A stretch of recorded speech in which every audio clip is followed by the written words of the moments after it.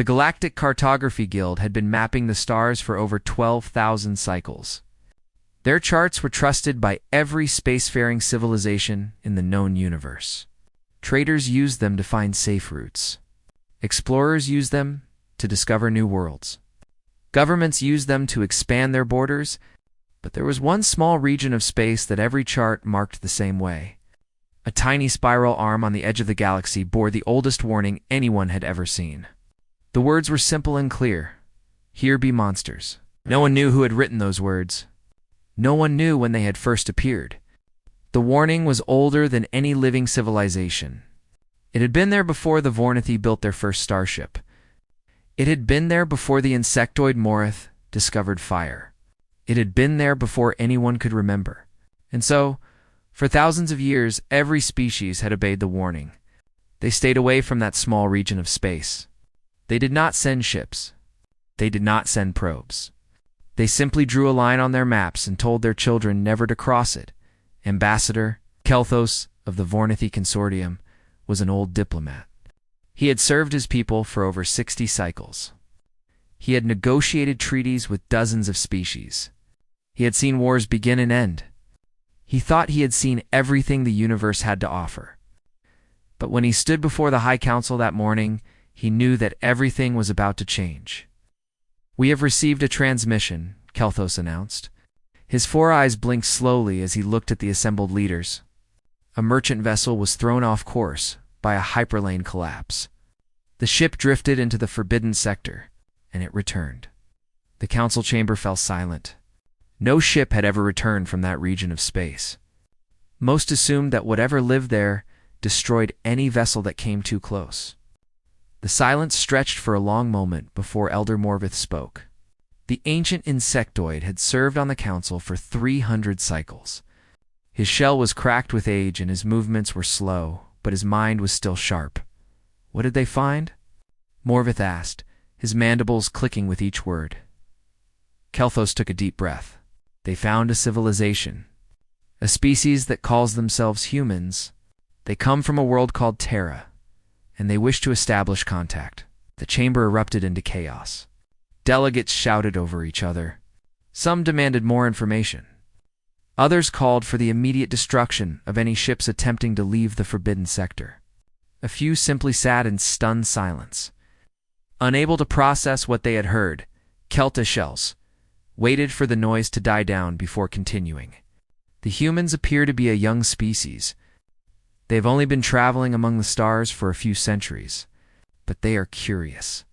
They detected our merchant vessel and made contact. They were ... friendly? Friendly?"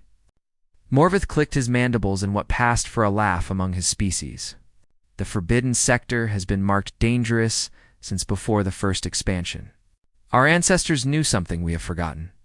Whatever lives there cannot be friendly. We must not engage with these creatures." But it was already too late. The transmission from the merchant vessel had spread across the civilized worlds. News of the discovery traveled faster than any ship could fly. On thousands of planets, billions of beings were learning that the monsters of legend were real, and they wanted to talk. On the colony world of Nethros Prime, a young cartographer named Selith sat in her small office and stared at her computer screen. She was a member of the Cartography Guild, one of thousands who spent their lives updating and maintaining the great star charts. It was boring work most of the time. She checked coordinates. She verified distances. She made sure that the maps were accurate. But today, she had a different task. Selith was searching for the origin of the warning. She wanted to know who had first marked the forbidden sector as dangerous. She wanted to know why. The answer, she believed, was hidden somewhere in the ancient records. She worked through the night, pulling up files that had not been accessed in centuries. She traced the warning back through layer after layer of history. Each civilization had copied it from the one before. The Vornithi had taken it from the Crystalline Collective. The Collective had taken it from the Burning Kingdoms. The Kingdoms had taken it from the Silent Empire, and so on back and back, till Selith reached the oldest records in existence. The warning had been placed by the precursors. Selith felt her blood run cold. The precursors were not a civilization. They were a legend, a myth. Stories said they had been the first intelligent species in the galaxy. They had risen to power millions of years ago, built an empire that spanned the stars, and then vanished without a trace. Some said they had ascended to a higher plane of existence. Others said they had destroyed themselves. No one knew the truth, but they had left behind artifacts, ruins, and apparently warnings. Seleth dug deeper into the records. What she found made her hands shake. The precursors had not simply marked the forbidden sector as dangerous. They had created it. They had built that small region of space as an experiment, a test, a crucible. The ancient text was difficult to translate, but the meaning was clear. The precursors had wanted to create the ultimate survivors. They had designed a world of maximum hostility and seeded it with primitive life. Then they had waited. They had watched as evolution took its course over millions of years. They had watched as life on that world struggled and fought and died and adapted. They had watched as something new emerged from the endless competition, and then they had grown afraid. The precursors had sealed the sector. They had marked it with warnings in every language they knew. They had told future civilizations to stay away, and then they had vanished. Leaving only their charts behind, Seleth sat back in her chair and tried to process what she had learned. The humans were not monsters. They were something far more dangerous. They were the survivors of a world designed to produce the most resilient, most adaptable, most determined species possible. They were the product of millions of years of brutal, natural selection. They were exactly what the precursors had wanted to create, and now they were coming. Seleth knew she had to share this information with the SES. She had to warn them about what the humans truly were. But as she prepared her report, another thought crossed her mind. The precursors had been the most advanced civilization the galaxy had ever known. They had possessed technology that modern species could barely imagine, and they had been afraid of what they created. If the precursors, with all their power and knowledge, had sealed the forbidden sector and run away, what chance did the current civilizations have? Seleth looked out her window at the stars above Nethris Prime. Somewhere out there, in that small spiral arm on the edge of the galaxy, the humans were waiting. They had survived everything their world had thrown at them. They had clawed their way up from primitive animals to star-faring civilization. And now they wanted to meet their neighbors. The ancient chart had said here, be monsters. But it was just Terra. Just a small blue world orbiting an ordinary yellow star. Just the birthplace of humanity. Seleth wondered if the galaxy was ready for what was coming. She suspected it was not. The human ship arrived at Nexus Station on a quiet morning. The station was the largest structure in the civilized galaxy. A massive ring of metal and glass that floated in the empty space between three major trade routes. It served as neutral ground for diplomacy, a place where species that might otherwise be enemies could meet and talk. Thousands of beings lived and worked there. Millions more passed through each year. But none of them had ever seen anything like the vessel that emerged from the hyperlane that day. The ship was called the Endeavor. It was not beautiful. It was not elegant. It was not designed to impress anyone with its grace or sophistication. It was a brutal thing of sharp angles and heavy armor plating. Weapon platforms were visible along its hull, not hidden away like most diplomatic vessels, but displayed openly, almost proudly. The ship looked like it had been built for war and had seen plenty of it. Ambassador Kelthos watched the Endeavor dock from the observation deck. He had been chosen to lead the welcoming committee, a task he had accepted with mixed feelings. Part of him was curious about the humans. Part of him was terrified. The report from Seleth had reached the council 2 days ago. He knew what the humans were. He knew where they came from. And he knew that the precursors, with all their power, had been afraid of them. The airlock opened, and the human delegation stepped onto the station. There were 4 of them. They were smaller than Kelthos had expected. The tallest barely reached his chest. They had soft skin without scales or armor. They had no claws, no natural weapons that he could see. They looked fragile, weak, harmless. But Kelthos had read Seleth's report. He knew better than to trust appearances. The leader of the delegation was a female named Lisa Hartwell. She had brown hair pulled back from her face and eyes that seemed to be constantly moving, constantly watching, constantly assessing everything around her. She walked with the confidence of someone who had faced danger many times and survived. Behind her came three others. A male called Danny Kim, who moved with quick, nervous energy. A female named Maria Santos, who carried a translation device and watched everyone with intense curiosity. And a massive male called Jake Morrison, who said nothing and smiled at no one and made the Vornith. Eye guards reach for their weapons just by existing. "We come in peace," Lisa said as she approached Kelthos. The words triggered the translation systems, and 100 different species heard them in their own languages, but were prepared for alternatives. Kelthos felt a chill run through him. It was such a simple statement, such an honest one. The humans had come hoping for friendship, but they were ready for violence if needed. They expected danger. They planned for it. They embraced it. "Welcome to Nexus Station," Kelthos replied, keeping his voice steady. "The Galactic Council is eager to learn more about your people." The negotiations began that afternoon. They were unlike any diplomatic talks Kelthos had ever participated in. Most species wanted to discuss trade agreements and territorial boundaries. The humans wanted to know about threats.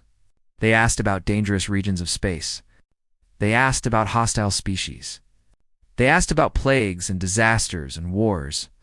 They seemed obsessed with everything that could kill them. "Your people are very concerned with danger," Kelthos observed during a private meeting with Lisa. "Is your region of space particularly hostile?" Lisa smiled at him. Kelthos noticed how the expression revealed her teeth. Among most species, showing teeth was a threat display. He wondered if it meant the same thing to humans. "Our region of space is fine," Lisa said. "It's our world that shaped us. Terra has been trying to kill us since we first existed. Everything there is either predator, prey, or poison. We evolved not because our planet was kind, but because it was merciless." She pulled out a small device and projected images into the air between them. Kelthos saw creatures with rows of sharp teeth swimming through dark water. He saw massive beasts with claws and fangs stalking through forests. He saw tiny organisms that Lisa explained could kill millions of beings in days. He saw storms that flattened cities and waves that drowned coastlines and mountains that exploded with fire and destruction. "These are the things we grew up with," Lisa continued. "We learned to survive them. We learned to fight them. We learned to adapt to anything our world threw at us. And when we ran out of challenges on Terra, we went looking for new ones among the stars." Kelthos stared at the images. His homeworld was a gentle place. The worst predators there were small and easily avoided.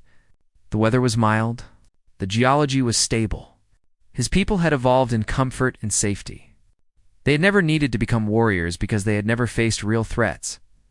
"How did your species survive?" He asked. "How did you not go extinct?" Lisa's smile faded into something harder, something older. "We almost did. Many times. But we're stubborn. We don't give up. We don't surrender. When something tries to kill us, we find a way to kill it first. When the environment changes, we change with it. When we face a problem we can't solve, we keep trying until we solve it anyway." She leaned forward, and Kelthos found himself leaning back. "That's what humans are, Ambassador. We're survivors. Not because we're the strongest or the smartest or the fastest, but because we refuse to die. No matter what the universe throws at us, we get back up and we keep going." That evening, Kelthos walked through the lower levels of Nexus Station. He found Danny Kim in a recreational area, teaching a group of aliens a game called poker. The human was losing badly, but he didn't seem to care. He was laughing and joking with beings from a dozen different species, making friends with ease. In the Cultural Exchange Center, Maria Santos was learning languages. Her instructors were amazed at how quickly she absorbed new information. She had already mastered 3 alien tongues and was working on a 4th. She asked questions constantly, wanting to know everything about every species she encountered in the security training facility. Jake Morrison was demonstrating human combat techniques to a group of station guards. He moved with terrifying speed and precision, putting opponents twice his size on the ground with simple movements. The guards watched with a mixture of awe and fear. Kelthos returned to his quarters and sat in the darkness for a long time. The humans were not what he had expected. They were not mindless monsters or ruthless conquerors. They were curious and friendly and eager to learn. But underneath that friendly surface was something else. Something forged in the fires of a hostile world. Something that had survived everything that world could throw at it. The precursors had created Terra as a crucible. They had designed it to produce the ultimate survivors, and it had worked better than they could have imagined. The humans were exactly what the Ancient Ones had wanted, a species that could not be broken, could not be stopped, could not be defeated. Kelthos wondered what would happen when the galaxy truly understood what humanity was capable of. He suspected they would find out soon enough, and he was not sure whether to be excited or terrified by that thought. The ancient chart had warned of monsters, but these monsters could smile and shake hands and make jokes. These monsters could adapt to any situation and overcome any obstacle. These monsters had survived a world designed to kill them, and now they were here, among the stars. Ready to face whatever challenges the universe had to offer, Kelthos looked out his window at the human ship docked nearby. The Endeavor sat there like a sleeping predator, ugly and brutal and utterly confident. It was a perfect reflection of the species that built it. The galaxy would never be the same. Seleth's research had consumed her entire life for the past several weeks. She had abandoned her regular duties at the Cartography Guild. She had stopped eating proper meals. She had barely slept, but she had to know more. The discovery about the precursors and their experiment had opened a door that she could not close. She needed to understand everything. Her search had led her to Crystalis, a world unlike any other in the known galaxy. The planet was covered in massive crystal formations that rose from the ground like frozen towers. But these were not ordinary crystals. They were living memory storage devices, created by a civilization that had died out long before the current spacefaring age. The crystals contained information from dozens of extinct species, preserved forever in their glittering depths. It was the closest thing the galaxy had to a complete historical archive. Seleth had spent 3 days in the Forbidden Archive, a section of Crystalis that contained the oldest and most dangerous knowledge. The crystals there were dark and cold, their surfaces covered in warnings written in languages no one could read anymore. But Seleth had access codes that most researchers did not. Her position in the Cartography Guild gave her clearance to view records that had been sealed for thousands of cycles. What she found there changed everything she thought she knew about the universe. The precursors had not simply marked the forbidden sector as dangerous. They had documented their entire experiment in careful detail. Seleth read their reports with growing horror. She saw the world they had designed, a planet of extreme conditions where survival was never guaranteed. She saw the life forms they had seeded there, primitive organisms that would evolve over millions of years. She saw their predictions about what might eventually emerge, and she saw their fear. The precursors had been the most advanced civilization the galaxy had ever known. They had possessed technology that seemed like magic to modern species. They could reshape planets. They could create life from nothing. They could travel between stars in the blink of an eye. They had believed themselves to be gods, but as they watched their experiment unfold, they began to understand their mistake. The life on Terra was not evolving the way they expected. It was not becoming passive and peaceful like most species in the galaxy. It was becoming aggressive, competitive, ruthless. Every generation was stronger than the last. Every species that emerged was more dangerous than the ones before. The world was a never-ending war for survival, and only the most capable warriors survived. The precursors tried to intervene. They modified the environment to make it less hostile. They introduced calming influences into the ecosystem. They did everything they could to slow down the process, but it was too late. Evolution had its own momentum. The creatures of Terra continued to grow stronger and smarter and more determined. And then the humans. Seleth read the precursor reports about early humanity with her hearts pounding in her chest. The ancient beings had observed humans for thousands of years.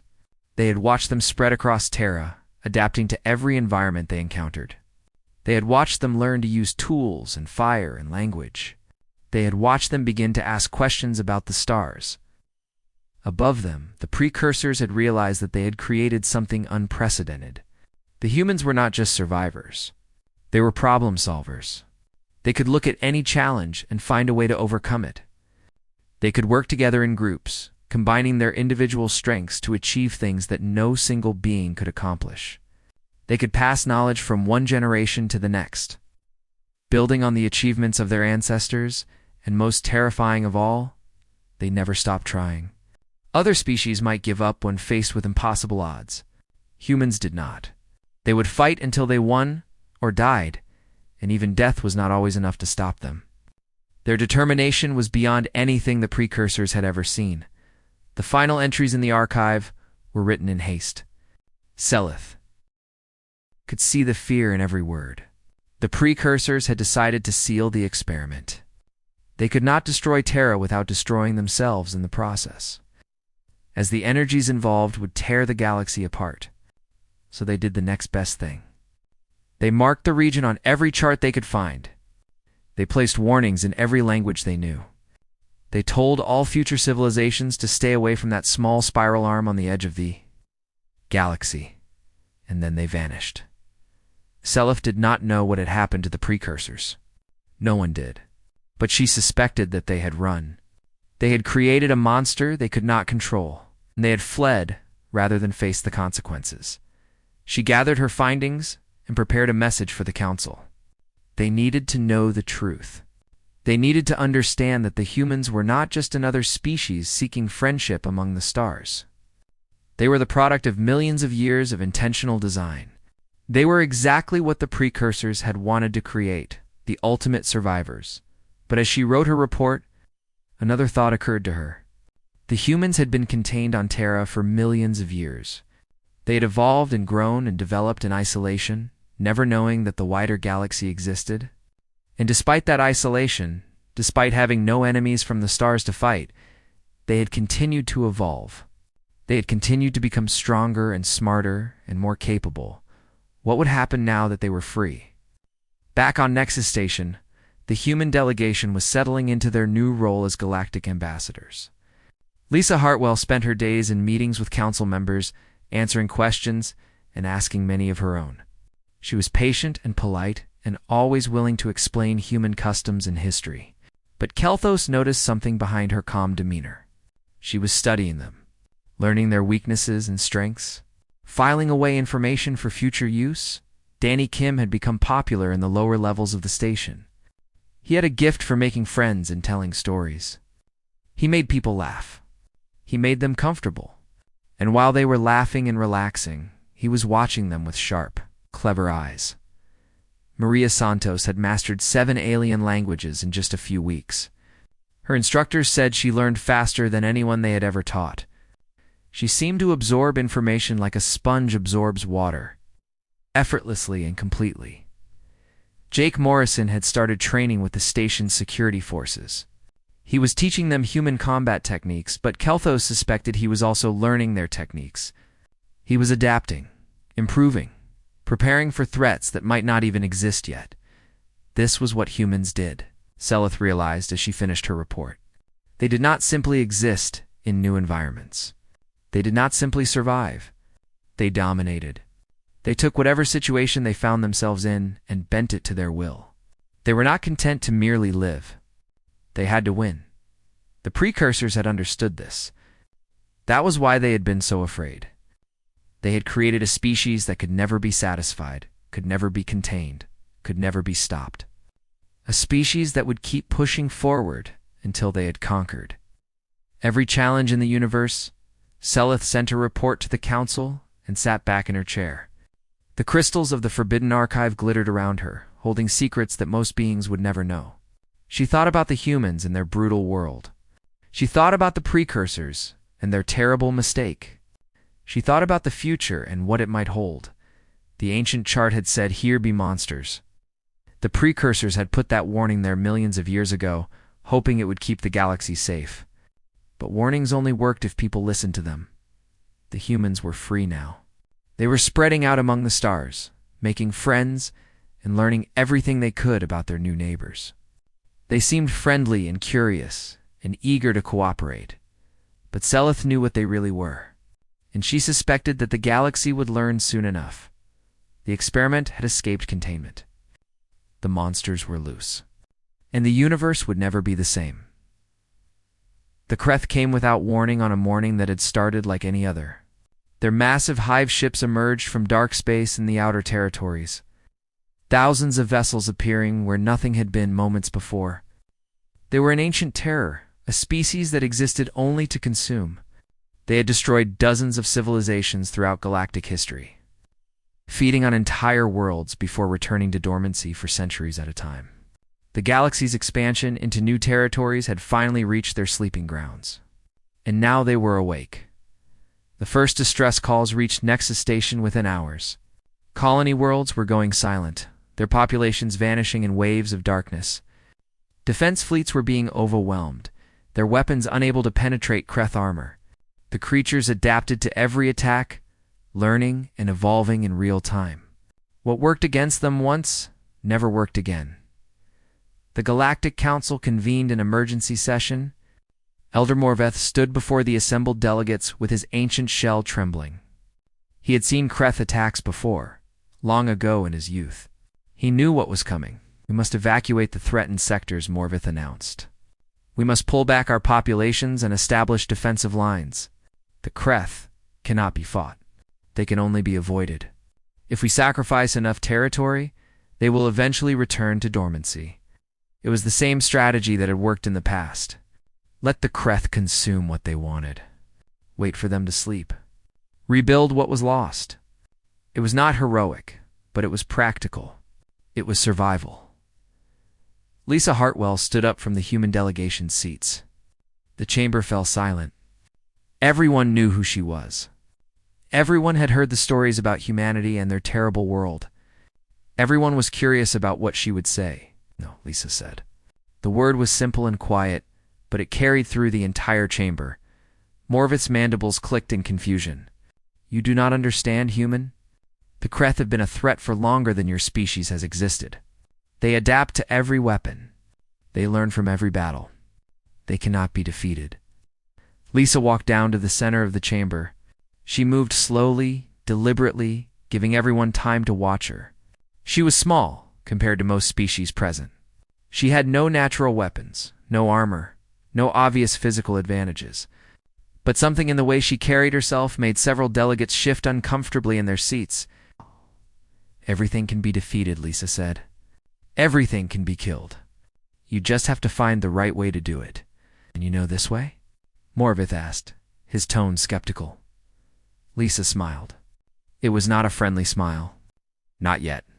But we'll figure it out. That's what we do. She turned to face the entire council.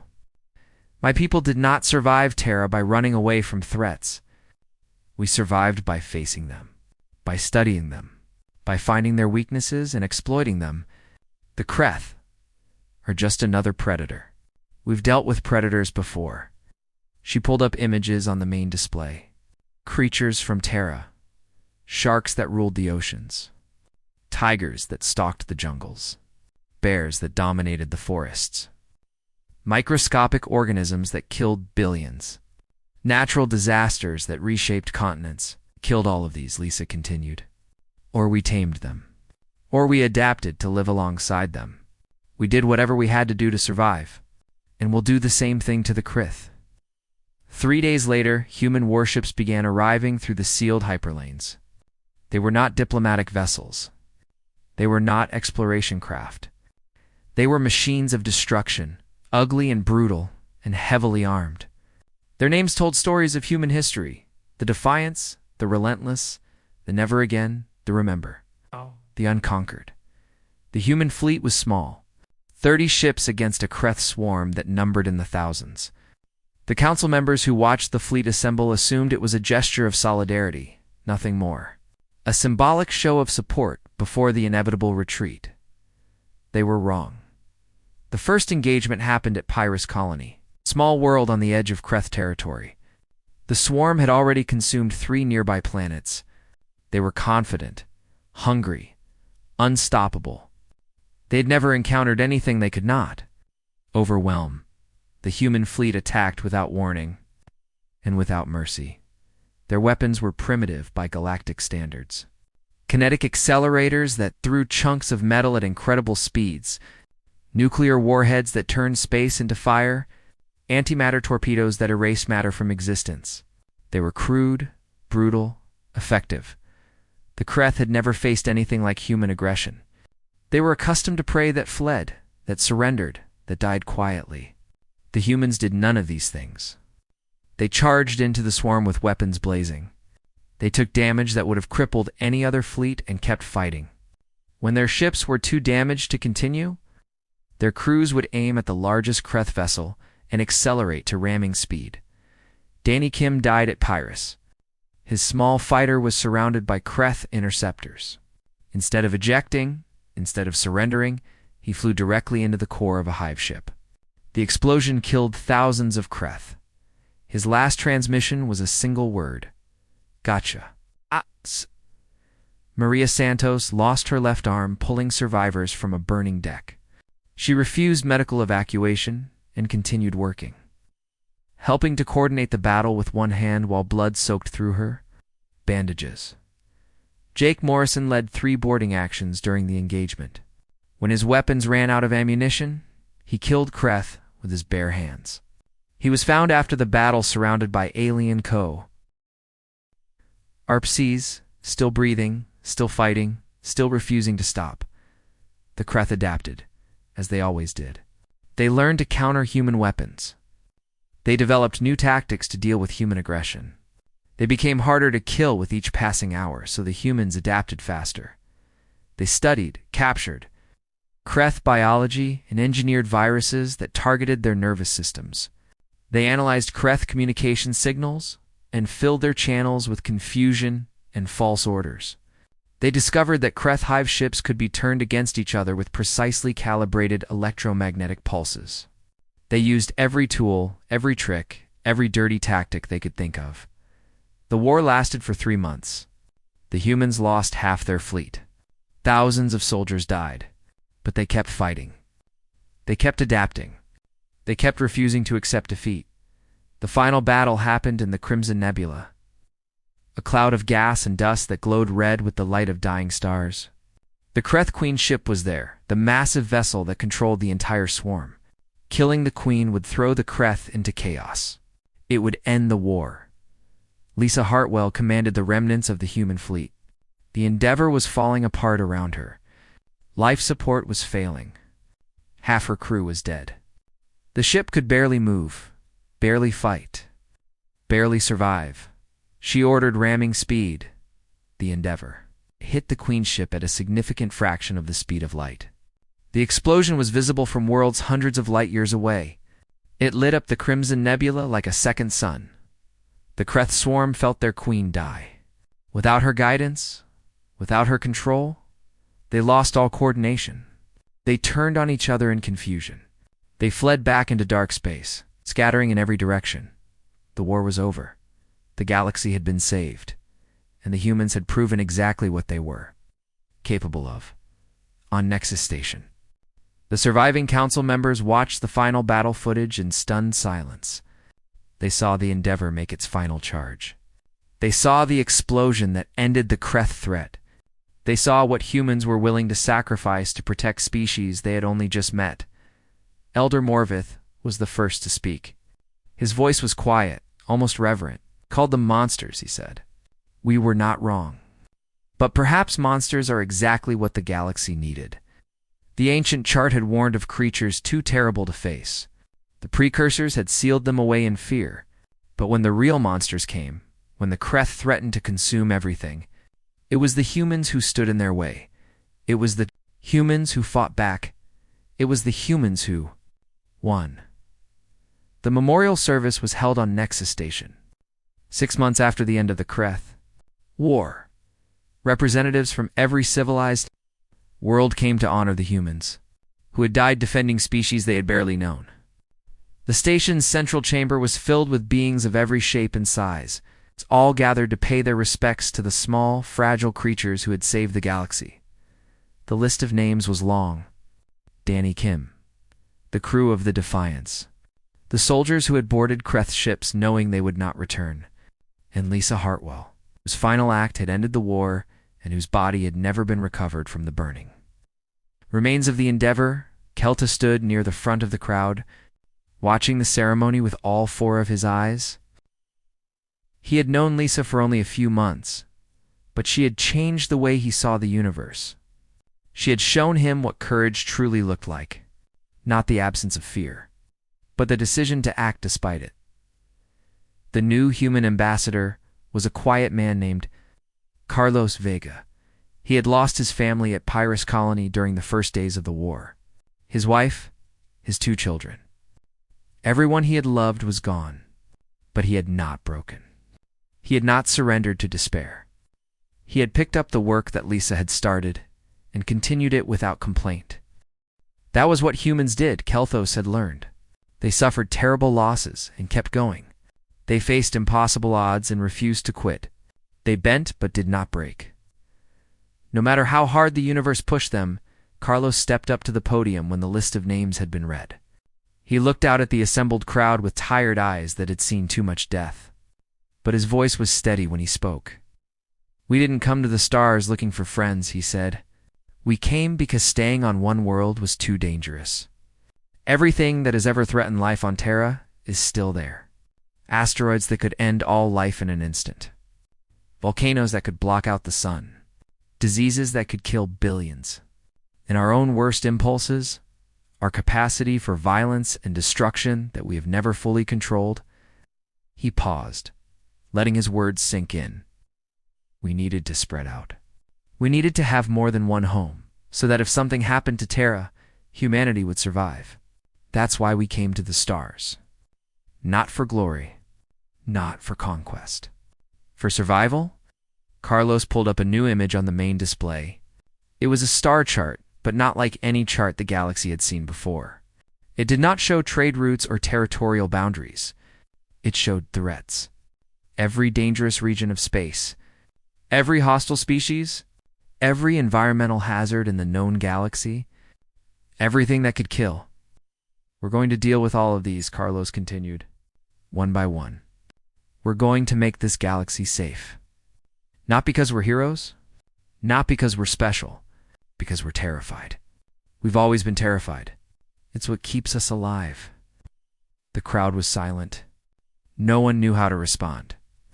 No species had ever made such a promise before. No species had ever tried to eliminate every threat in the galaxy. The task was impossible. It would take centuries. It might never be completed. But as Kelthos looked at the human ambassador, he realized that Carlos meant every word.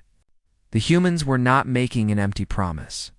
They were announcing a mission, a purpose, a reason to exist. They were going to protect the galaxy. Because that was what survivors did. In the months that followed, human ships spread out across civilized space. They brought engineers to help rebuild colony worlds.